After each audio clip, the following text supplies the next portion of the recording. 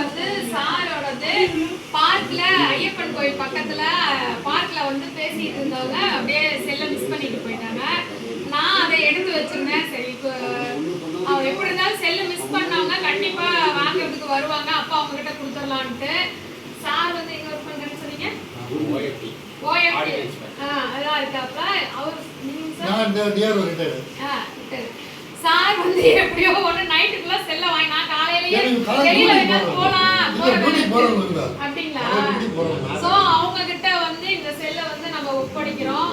இதுல முக்கியமான என்ன சொல்ல வர்றேன் அப்படின்றது வந்து நல்லா புரிஞ்சுக்கணும் எல்லாருமே.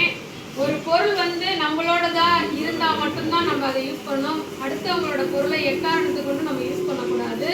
அது மட்டும் இல்லாம இந்த போன்ல நிறைய விஷயங்கள் இதுல அடங்கி இருக்கும். அவங்க மிஸ் பண்ணவங்க வந்து ரொம்ப ஒரு மன உளைச்சல்ல ஆளாகுவாங்க.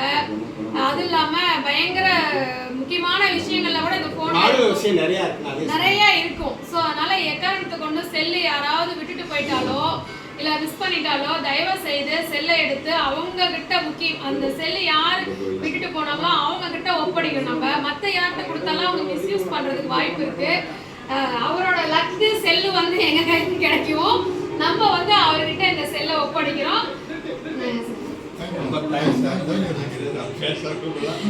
இல்ல எனக்கு முன்னாள் ராணுவ என்னுடைய ராணுவ இது சார் என்னங்க சார் எங்க அப்பா எக்ஸர்வீஸ் மேன். எக்ஸர்வீஸ் மேன் எங்க அப்பா எக்ஸர்வீஸ் மேனோட பொண்ணு தான் நானு. அதனால வந்து உண்மையிலே எனக்கு ரொம்ப ரொம்ப சந்தோஷம். தினமும் நம்மனால முடிஞ்ச ஒரு உதவியை நம்ம யாருக்காவது ஒருத்தருக்கு செய்யணும்.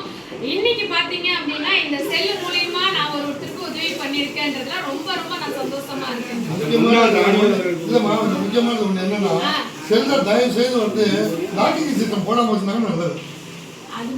அது வந்து மிஸ்யூஸ் பண்ணிடுவாங்க. இல்லம்மா இப்ப செல்ல லாக் பண்ணி இப்ப நீங்க உடனே போய் நீங்க எங்க யார்கிட்ட லாஸ்ட்ல பேசணுமோ அவங்களுக்கு ஃபோன் பண்ணிட்டீங்க. லாக் பண்ணி தான் நீங்க ஃபோன் பண்ணிட்டு அது ஒரு வகையில நல்ல விஷயம் தான். அதே நேரத்துல ஓகே அது நல்லபடியா எடுக்கிற போன இந்த மாதிரி ஓஎஃப்டில ஒரு மாடு டெலிவரிக்கு போட்டு அனுப்பி அந்த மாடு பாலகரைக்கு அனுப்பிட்டு அடுத்த ரிப்போர்ட்டுக்கு உதவி ராணுவ வீரர்ன்றனால கவர்மெண்ட் ஸ்டாஃப்ன்றனால கண்டிப்பா எல்லாருமே வந்து அந்த ஒரு நேர்மையா இருக்கணும் அப்படின்றதுல உறுதியா இருக்கிறாங்க. நம்மளும் வருங்கால சந்ததிகளுக்கு சொல்ல வேண்டிய விஷயம் என்னன்னா எந்த பொருள் மேலையும் ஆசைப்படக்கூடாது. நம்மனால முடிஞ்ச அளவுக்கு மற்றவங்களுக்கு உதவியா இருக்கணும். சார் கிட்ட இந்த செல்லை ஒப்படைச்சிட்டு ஒரு ஹாய் சொல்லிருங்க சார். ரொம்ப சந்தோஷம். தேங்க்யூ. ரொம்ப நன்றி.